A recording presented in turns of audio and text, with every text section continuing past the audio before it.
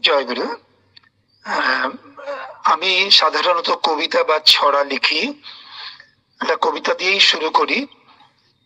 শ্রী শ্রী ঠাকুর একটি অনুভব। জীবনের সুরের তুমি এক শিল্পী, জীবন সঙ্গীতের সারাক্ষণ বিচিত্র বাহার। শব্দযন্ত্র বাজাতে যখন, তখন মনে হতো অনুপম আলোয় সৃষ্টি এক অন্য ভুবন। সেখানে তুমি জীবনকে উচ্ছল করে তুলেছ, অনুভূতি স্থির, জগতের সমস্ত পদার্থের প্রবর্ধনে শান্ত সমর্পণ। উদ্বর্ধনের প্রকৃত শিল্পী তুমি। আমাদের মতো হাজার হাজার অযোগ্যকে তুমি মমতা মুখর আদরে কাছে টেনে নিয়েছ। অকৃত্রিম ভালোবাসার বিস্তারে প্রত্যেক মন সুস্থ ও দীপ্ত করে তুলেছ। অপকর্ষ চলনার ক্ষত স্থান ধুয়ে দিয়ে তুমি এক একটি জীবনকে শৌর্যে, বীর্যে, সহযোগী সম্বর্ধনায় যোগ্য করে তুলেছ স্বস্তির দীপক রাগে। ঠাকুর মনে হওয়ার সঙ্গে একটা জমাট, একটা টান টান, একটা পূর্ণাঙ্গ জীবন। ভালোবাসার ভরন্ত মুখ, একটা রসরঞ্জিত সম্পূর্ণ জীবন, চলমান বহমান জীবনী। ঠাকুর অনুকূল চন্দ্র। ঠাকুরের প্রত্যেকটা বিষয়ের ভেতরে বিজ্ঞান, সবকিছুরই কারণ ছিল। কারণময় সেই অস্তিত্বের পূজা ও ধ্যানে কারণমুখীনতা জন্মায়। ঠাকুরের হাবভাব, চোখের চাউনি, ইশারা, ইঙ্গিত সব শিক্ষার বিষয়। সহজ সরল কথা বলার ভাষা, অথচ তার ভেতরে ভালো করে ভাবলেই পাওয়া যায় এক বিশাল সাম্রাজ্য, অতুলনীয় দিগন্ত। ঠাকুর আর তাঁর সাম্রাজ্য, কে বা কি ছিল না সেখানে? সবকিছুই, সব ও সবাই তো ঠাকুরের। এমন সব প্রাণ, সব প্রেম, মায়া, মমতা, স্নেহ ঝরছে। একটা অদ্ভুত একটা প্রেম ও অস্তিত্ব যেন আমাদেরকে মনে করিয়ে দেয় যে আমরা একটা সান্নিধ্য সহবাস করছি। কেউ কেউ ভাবতে পারে এটা গল্প কথা, এমনও কি হতে পারে, নাকি এমনই হয় কখনো কোনো সময়? সকালবেলা আকাশে সূর্য, রোদ ছড়িয়েছে আশ্রমে, অনেক সৎসঙ্গী পরিবৃত ঠাকুর, কথাবার্তা, প্রশ্ন উত্তর, আলোচনা। মাঝে মাঝে ওপর থেকে দু একটা শুকনো ঘাস আর খড়ের শুকনো পাতার টুকরো। অত নিটোল নিখুঁত নিভাজ বিছানায় সুন্দরের বিগ্রহ। বারে বারে সেই যে শুকনো ঘাস আর খড়ের পাতা একজন ফেলে দিচ্ছে। পড়ে থাকা জঞ্জাল থেকে কারণ উপরে চড়াই দম্পতি বাইরে থেকে মুখে করে বয়ে আনছে। ঠাকুর তাকাচ্ছেন, চোখ দুটো ঘোরাচ্ছেন এপাশ থেকে ওপাশ। যারা সঙ্গী সবাই তাকাচ্ছেন, ঠাকুরের ভাব ও ভঙ্গিকে বোঝার চেষ্টা করছেন। চোখের চাউনি ও তার ভাষা, হাবভাব, ভঙ্গি। এবং একজন লাঠি আর ঝাড়ু নিয়ে হই হই করে তাড়ালো চড়াই পাখি দম্পতিকে, ভাঙলো তাদের বাসা। খড় আর শুকনো পাতার ঠোঁটে করে কষ্ট করে বই আনার পরিশ্রমে সেই ছোট্ট বাসা হঠাৎ পরিষ্কার সুন্দর করে দিল ঘর। সেবার আনন্দে ভরপুর সেই গুরু ভাই, তৃপ্তির এক তরঙ্গ। সে ভাবলো ঠাকুর খুব খুশি হয়েছেন। পরিষ্কার করা ঘর থেকে হঠাৎ সবাই ঠাকুরের দিকে। সামনের কাছে সেই চড়াই দম্পতি, ভক্তের সামনে ঠাকুর, চড়াই দম্পতির সামনেও ঠাকুর। ভক্ত কর্মী, তার চোখে একটা সেবার তৃপ্তি, কিন্তু চড়াইয়ের চোখে বাসা ভাঙার অতৃপ্তি। ঠাকুর হাঁটুর নিচে বালিশটাকে টেনে নিলেন, জুত করে বসলেন, ডান দিকের হাঁটুর উপরের ডান হাতের কোনোই ভর করে শরীরটা একটু ডান দিকে হেলালেন, ওর দুটো সামান্য নাড়লেন। সুন্দর করে সাদা গোঁফ কাটা, দাড়ি কামানো, ডালিম, অদ্ভুত রাঙা দুটো ঠোঁট, হাতের আঙ্গুলের নখগুলো যে কাটা, সেটা দেখার মতোই শিল্প সম্মত। ঠাকুর সেই ভক্তকে জিজ্ঞেস করলেন, তুই বিয়ে করেছিস? ভক্ত মাথা নেড়ে বললেন, আগে না। ঠাকুর সামান্য দুলে উঠলেন। ভেতর থেকে হঠাৎ একটা হাসি, শরীর দোলানো হাসি, ঘাড় কাত করে বললেন, সেজন্যই তো শালা রস বুঝিস না। ঠাকুর তাকালেন সামনের দিকে, আবার চড়াইয়ের দিকে। গাছের ডালে ভাঙা বাসার একটা খড়কুটো, সেই পাতাগুলো এলো পাথারি ভাবে উড়ছে। চড়াই দম্পতি ঠাকুরের দিকে এক দৃষ্টি চেয়ে, ঠাকুরের দৃষ্টি সেদিকে। শরীরের ভাবে, ভাষায় সবাই বুঝতে পারছে ঠাকুর একটা অস্বস্তির মধ্যে।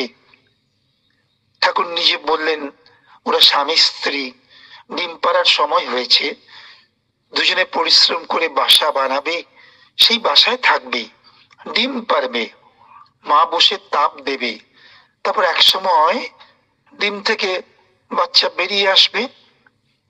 ঠাকুরের ভাবার সাথে ভাবের করার সাথে প্রত্যেকটি অঙ্গ প্রত্যঙ্গ যেন দুলছে, নড়ছে, একটা অদ্ভুত সম্মেলন, সমন্বয়, একসাথে এক সুরে, কি প্রাণ মাতানো। সেই একায়িত আঙ্গিকে যেন একটা নতুন আবেদন সবাইকে দেখালো। ঠাকুর সেই ভক্তকে বললেন, এমন করতে হয়, ওরা কত কষ্ট করে বাসাটা তৈরি করেছে, যখনই ময়লা পড়বে আস্তে আস্তে করে তুলে দিলেই হয়। এভাবে কষ্ট দিতে হয়, আবার কিভাবে ওরা বানাবে, বাচ্চাটা কিভাবে আসবে। ঠাকুর বলছেন, আবার হাসছেন, ভাঙিস কেন, নোংরা না হয় নজর রাখিস। কিচির মিচির ভাষায় চড়াই কিছু বলছে।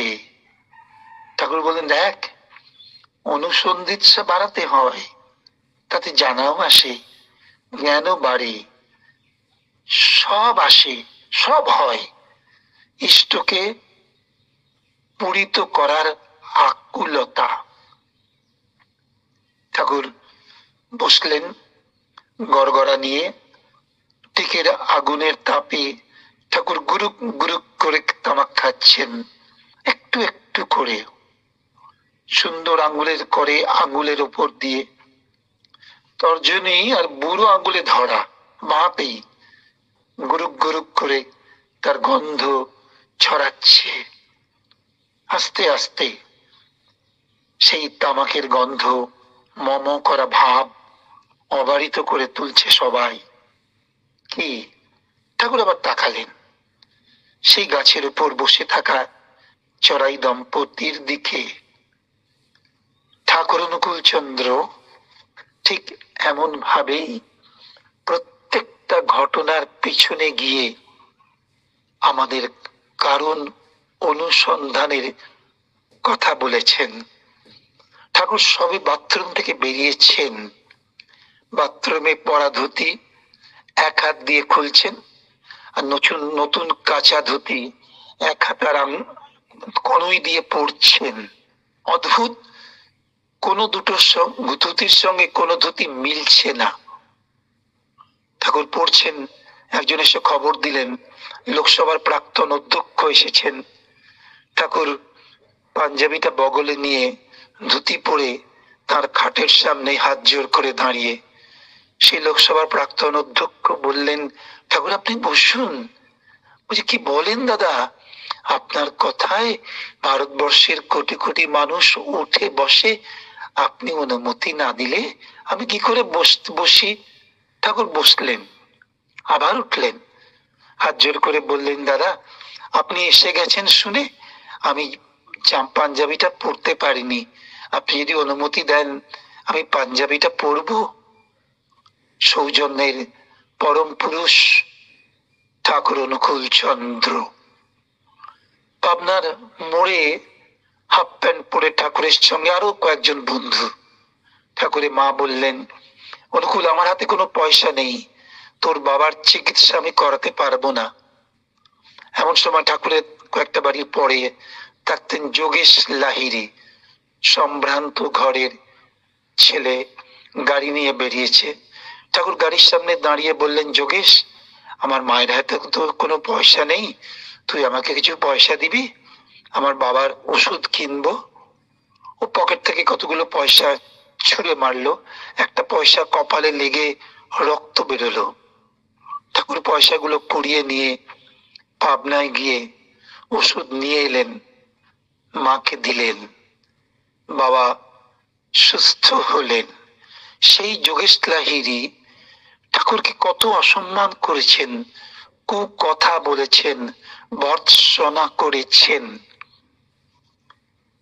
করতে করতে জীবনের প্রায় শেষ লগ্নে দেওঘরে সতীশচন্দ্র গোস্বামীর ঘরে সতীশচন্দ্র গোস্বামী বললেন, কিরে তুই ঠাকুরের কাছে যাসনি? কি বলেন, কোন মুখ নিয়ে আমি অনুকূলের কাছে যাবো? কেন? ওকে কি অপমান করেছি, অশ্রদ্ধা করেছি, খুব কথা বলেছি? কোন মুখ নিয়ে আমি যাবো ওর কাছে? ঠাকুর শুনেছেন যোগেশ লাহিড়ী এসেছেন, বড় মাকে ডেকে বললেন, বড় বউ যোগেশ এসেছে, ওর জন্য খাওয়া দাওয়ার কোনো অসুবিধে না হয় টাকার সব ব্যবস্থা করে রাখবি। আগে বলে বড় মা চলে গেলেন। পেছনে বঙ্কিম রায় ছিলেন, গায়ে হাতে অনেক চুল। তিনি এসে ঠাকুরের পাশে দাঁড়িয়ে বলছেন, যে মানুষটা আপনাকে এত অপমান করেছে, কুকথা বলেছে, ভর্ৎসনা করেছে, যাচ্ছে তাই ভাবে আচরণ দেখিয়েছে, সেই মানুষটার প্রতি আপনার উদ্বেল হয়ে উঠলেন। ঠাকুর অনুকূল চন্দ্র বললেন, দেখ সেদিন যদি ও পয়সাটা না দিত তাহলে আমার বাবাকে বাঁচাতে পারতাম না, আর আমার বাবা যদি না বাঁচতো তুই কাকে ঠাকুর বলে ডাকতিস? সৌজন্যের পরম পুরুষ ঠাকুর অনুকূল চন্দ্র মাটি ঠাকুরের সামনে বসে, কুৎসিত দেখতে, পড়াশোনা করতে পারিনি। ঠাকুর প্রণাম করে বসে ঠাকুরকে বলছেন, ঠাকুর আমি তো দাদার বাড়ি থাকি, আমি দেখতেও কুৎসিত, পড়াশোনা করিনি, আমি তো দাদার বাড়ি গোলক গ্রহ হয়ে আছি। শব্দের পরম পুরুষ ঠাকুর অনুকূল চন্দ্র বললেন, তুই গোলক গ্রহ কিরে? তুই মাঝখানে একটা বয়রস্যি বসিয়ে নে, তুই গল বিগ্রহ হয়ে ওঠ। কি অদ্ভুত, তুই গল বিগ্রহ হয়ে ওঠ। শোনা গেছে পরবর্তী জীবনে সেই মায়ের জীবনের ধারাপাত বদলে গিয়েছিল ওই গল বিগ্রহ শোনার পর থেকে। শব্দের পরম পুরুষ ঠাকুর অনুকূল চন্দ্র মাটি বাচ্চাটাকে নিয়ে নিরালা নিবেশ ঘরে মাটিতে শুয়ে ঠাকুর প্রণাম করছেন। ঠাকুর তখন 5 অক্ষরের নাম দিচ্ছেন। মাটি মনে মনে বলছেন, ঠাকুর তুমি 5 অক্ষরের নাম দিও না, 2 অক্ষরের নাম দিও, এমনি মনে মনে বলছেন। হঠাৎ ঠাকুর দেবী প্রসাদ মুখোপাধ্যায়কে বললেন, দেবী দেখ তো স্নুহি মানে কি? তো মাটি প্রণাম করে উঠে বাচ্চাটাকে কোলে নিয়ে ঠাকুরকে বলছেন, ঠাকুর এই নামটাই থাক, কি সঠিকভাবে না শুনেই 2 অক্ষরের এই নামটাই থাক বলে চলে গেলেন। যদি আবার ঠাকুর পাল্টে দেন? দেবীদা বললেন, স্নেহী মানে বজ্রের চেয়েও কঠোর, কুসুমের চেয়েও কোমল। এভাবেই ঠাকুর নামকরণ করেছেন। আমারও সৌভাগ্য, ঠাকুর আমার নামকরণ ঠাকুরই করেছিলেন। একই দিনে দুজনের নাম দিয়েছিলেন। আমার নাম রীতিশ রঞ্জন চক্রবর্তী, আরেকজনকে দিয়েছিলেন রীতিশ নন্দন বন্দ্যোপাধ্যায়। তো ঠাকুর বসে আছেন। ছোট একটা গল্প বলি, যদি সময়টার মধ্যে শেষ করব। এক গ্রামে এক ভদ্রলোকের 3টি মেয়ে। 2টো মেয়ে সংস্কৃতে পণ্ডিত। ছোট মেয়ে বিয়ে করেছে প্রেম করে, বাবাকে বলে যে তোমার ছোট জামাইও সংস্কৃতে পণ্ডিত, কিন্তু নয়, মিথ্যে কথা বলেছে। বিয়ে হয়ে গেছে, বিয়ের পরে শ্বশুর বাড়ি এসছে। ছোট মেয়ে বলে দিয়েছে বাবা মাকে, তুমি কি নন্দ জামাইবাবুদের ডাকবে না। ওদের বাড়ি একটা নিয়ম ছিল, জামাইরা যেহেতু সংস্কৃতে পণ্ডিত, তারা সংস্কৃতি কথা বলবে। তো তারা জানাননি, কিন্তু জেনে গেছে। তো দূর থেকে জামাইবাবু ছোট শালীর নাম ধরে ডেকে বলছে, চা বসা। ওর তো ভয় পেয়ে গেছে। ছোট জামাইকে ছোট মেয়ে বলছে, তুমি খাটের তলায় ঢোকো। তিনি খাটের তলায় ঢুকলেন বাইরের ঘরে, যার উপরে জামাইরা এসে বসে সাধারণত। ওরা এসে বসলেন। মেয়ে চা করতে গেলেন, চা করে নিয়ে এলেন, আবার গিয়ে কিছু টিফিনের বন্দোবস্ত করার জন্য গেলেন। অনেকক্ষণ তারা সংস্কৃতি কথা বলছেন। ছোট জামাই খাটের তলা থেকে বেরিয়ে বলছেন, অনুসারং দিলেন যদি সংস্কৃতং হবেন তবেন কেন ছোট জামাই খাটের তলায় রবেন। আপনারা হয়তো কেউ কেউ হাসছেন। এটা ঘটনা যে অনুস্বর বিসর্গ দিয়ে বাংলা ভাষায় থেকেই তো সংস্কৃত আদি ভাষা, কিন্তু সেভাবেই আমরা অভ্যস্ত। ঠিক তাই আমাদের জীবনধারার মধ্যেও এই সহজ সরল অনুরাগ আছে, আবেগ আছে। ঠাকুর বসে আছেন, পেছনে বঙ্কিমদা বুড়ো আঙ্গুল দিয়ে ব্যাংকটা ধরে খিলটা খুললেন। ঠাকুর বলেন, বঙ্কিম খিলটাও খুলতে শিখলে নেই? সবাই অবাক, খিল আবার খুলতে জানতে হয় নাকি? ঠাকুর বললেন, তুই বুড়ো আঙ্গুল দিয়ে ব্যাংকটা ধর, তারপরে আস্তে করে আলতো করে খিলটা খুল। এরকম ভাবে 6বার করার পরে ঠাকুর বললেন, বঙ্কিম তোর খিলটা খোলা হয়েছে। ঠাকুর অনুকূলচন্দ্র কত সহজ ভাবে একটা ঘটনার মধ্য দিয়ে বঙ্কিমদাকে ঠাকুর অনুকূলচন্দ্র ধর্মের উপরে দাঁড় করিয়ে দিলেন। খিল খোলাটাও ধর্মেরই একটা অঙ্গ শেখালেন ঠাকুর অনুকূলচন্দ্র। মাটি দেশলাই বাক্স নিয়ে থেকে ধূপকাঠি নিয়ে ধূপকাঠি জ্বালিয়েছেন, দেশলাই বাক্স নিয়ে দেশলাই কাঠি ধূপকাঠি জ্বালিয়েছেন, আর দেশলাই বাক্সটা ছুঁড়ে রেখে রাখলেন। ঠাকুর বললেন, যে দেশলাই বাক্স আমাদের এত সমৃদ্ধ করলো, আলোকিত করলো, ধূপটা জ্বালাতে সাহায্য করলো, তার প্রতি এত বড় অসম্মান দেখাতে পারলি? মাটি দেশলাই বাক্স যেখানে রাখার সেখানে রেখে এসে প্রণাম করলেন, নিবেদন করলেন। ঠাকুর যেন তৃপ্তি পেলেন। ঠাকুরের একজন নাতি খবরের কাগজ পড়ে শোনাচ্ছেন, ঠাকুর কানটায় গিয়ে কানে হাত দিয়ে শুনছেন। আমরা দেখবেন অনেক সময় অনেক চায়ের দোকানে, বাড়িতেও পড়া হয়ে গেলে কাগজটা 4 ভাঁজ করে হাতের মধ্যে রাখি। তো তিনি ঠাকুর শুনছেন, খবরের কাগজ পড়া হয়ে গেছে, তিনিও খবরের কাগজটাকে 4 ভাঁজ করে হাতে নিলেন। ঠাকুর চিৎকার করলেন। ঠাকুর যখন চিৎকার করতেন তখন তার সারা শরীরটা চিৎকার করত। তিনি যখন কথা বলতেন তার সারা শরীরটা কথা বলতো। তিনি যখন হাসতেন তার সারা শরীরটা হাসতো। তিনি যখন কাঁদতেন তার সারা শরীরটা কাঁদতো। চিৎকার করলেন, দিলি সব শেষ করে। সবাই অবাক, কি শেষ হয়েছে? আরে যে আমাদের এত সুন্দর করে জ্ঞানের অন্ধকারকে আলোকিত করে তুললো, তার প্রতি এত বড় অশ্রদ্ধা দেখাতে পারলি? তিনি গিয়ে যেখানে খবরের কাগজ রাখার ভাঁজ করে রেখে ঠাকুরকে নিবেদন করলেন। মনে হলো ঠাকুরের মধ্যে যেন একটা তৃপ্তি লাভের উদ্বোধনা। পূর্ববর্তীকে অধিকার করিয়াই পরবর্তীর আবির্ভাব। দেবোরা হ্যাসেলের আর ইলিওনারা রসি একজন মিলানের, অন্যজন অ্যারেজোর। দুজনেই ইতালীয় তন্নি, যুবতী, পড়াশোনা করে, ইতালীয় গান গায়। কলকাতায় আমাকে না পেয়ে দেওঘরে চলে আসে। আমি ছিলাম সেন্টিনারি গেস্ট হাউসে। কথা বলার পরে ওদের নিয়ে যাই শ্রী শ্রী দাদার সান্নিধ্যে। আগে ওরা ইতালি থেকে এসেছে, গান করে। ইশারায় মাইক্রোফোনটা দিতে বললেন। দুটি মেয়ে গান শুরু করলো, সঙ্গে ইতালির তার যন্ত্র বাজাচ্ছে। গানটা আমাদের কাছে নতুনত্ব। শ্রী শ্রী দাদা বললেন, আর একটা। গেয়ে ওরা তৃপ্তি পেল। কানে কানে আমাকে বলল, মনে হচ্ছিল আমরা যেন পোপের সামনে বসে গান করছি। আমার এখনো মনে হয়, সেই সালটা মনে নেই, জুলাই ছিল। সকালবেলায় তাদের যেন ভৈরবী নদীতে স্নান হলো। কোন এক জন্মতিথি উৎসব, অনেকের মতো গানের উপর একটি বই নিয়ে গিয়েছিলাম।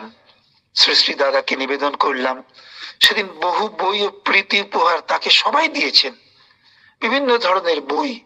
পরদিন সকালে প্রণাম করতে গিয়েছি, ডেকে বললেন, কলকাতায় যেসব বই বেরোয় তার প্রায় সবগুলি আমার কাছে আসে। তোমার বইটিও আমার পড়া। বিস্মিত আমি, অত বইয়ের মধ্যেও আমার বইটিও তিনি দেখেছেন একদিনের মধ্যে। ঠিক করলাম পরের জন্মতিথি উৎসবে অন্য ধরনের বই তার কাছে নিবেদন করব। প্রথম বইটা ইউনেস্কোর কোটেশন অফ ডান্স, দ্বিতীয় বইটা আমারই লেখা শ্রী শ্রী ঠাকুরের সাততত্ত্ব বার্তা, শ্রী শ্রী দাদা। আচার্যদেবের জন্মতিথি উৎসব উপলক্ষে আমার লেখা বই, ছড়া ও কবিতার সংকলন। বইগুলি যেভাবে তিনি গ্রহণ করেন সেটাও দেখার মতো, মন প্রাণ জুড়িয়ে যায়। ভালো কথা কইবি গুলের মতো, রেপটে লেপটে রইবে গায়ে। আসাম থেকে এক মন্দির থেকে অনেক দাদারা গেছেন, সঙ্গে ভারপ্রাপ্ত কর্মী। তখন শ্রী শ্রী বাবাইদা গেস্ট হাউসের এদিকটায় বসতেন। তখন আচার্যদেব ছিলেন শ্রী শ্রী দাদা, তিনি আছেন। সেই মন্দিরে সবাই এসেছেন। সুযোগ মতো শ্রী শ্রী বাবাইদারে ডাকলেন, বললেন কি হয়েছে? না, একটা লোক গুন্ডা রোজ আশ্রম মন্দিরে এসে অত্যাচার করে। আজ বলে এতজন খাবে, চাল নিয়ে যায়, ডাল নিয়ে যায়, ইট নিয়ে যায়, সিমেন্ট নিয়ে যায়, সুরকি নিয়ে যায়, বালি নিয়ে যায়। কাজ হয়তো ইচ্ছে হলো এই পাঁচিলটা ভেঙে দিল। প্রায় অত্যাচার করে, আমরা অতিষ্ঠ হয়ে গেছে, কিছু বলতে পারি না। সে নাম করা গুন্ডা। শ্রী শ্রী বাবাইদা বললেন, ফোন নাম্বার আছে? আগে ফোন দিলেন। শ্রী শ্রী বাবাইদা কথা বললেন, আর আপনি তো অনেক বড় মানুষের ঘরের সন্তান, অনেক বড় মানুষ, সবাই আপনাকে কত সমীহ করে, আপনার তুলনা হয় না। আপনি যদি বিড়িটা ফেলে দেন তাহলে ভালো হয়। হয়তো নিশ্চয়ই তিনি জিজ্ঞেস করেছিলেন, আপনি কি করে জানলেন? ধরে নেওয়া যায় তিনি বিড়িটা ফেলে দিয়েছেন। কথা বলে যাচ্ছেন, কেবল প্রেরণা। সৎসঙ্গ আন্দোলন হলো প্রেরণার আন্দোলন। এই করতে করতে শশী বাবাদা বললেন, আপনি যদি টেবিলের থেকে পাটা নিচে নামিয়ে কথা বলেন তো ভালো হয়। প্রায় অনেকক্ষণ কথা বলার পর একটি বারের জন্য বললেন না, আপনি মন্দিরে যান, অত্যাচার করেন, বললেন না, কেবল কথা বলে গেলেন। তিনি বললেন, নিশ্চয়ই, যে আপনি এত সুন্দর কথা বলেন, আমি আপনার সঙ্গে দেখা করতে চাই। সোনাগাছি পরবর্তী সময় দেওঘরে এসেছেন, কথা বলেছেন, দীক্ষা গ্রহণ করে নিজের জীবনের ধারাপাত বদলে দিয়েছিলেন। মাটি এসে ঠাকুরকে বললেন, হাউ হাউ করে কেঁদে, ঠাকুর আমি আর স্বামীর সঙ্গে থাকবো না। বলে কেন? রোজ মারে, আজকেও মেরেছে, দেখুন কালটা লাল হয়ে গেছে। ঠাকুর বলে, লক্ষ্মী সোনা, তোর বরকে ডেকে দে। বরকে ডেকে দিলেন। বর এলেন, প্রণাম করলেন, বসলেন। ঠাকুর একটু ঝুঁকে বললেন, তুই আমার একটা কথা রাখবি বল? আরে আপনি বলুন কোন কথাটা? তিনি ঠাকুর বললেন, তুই কথা দে।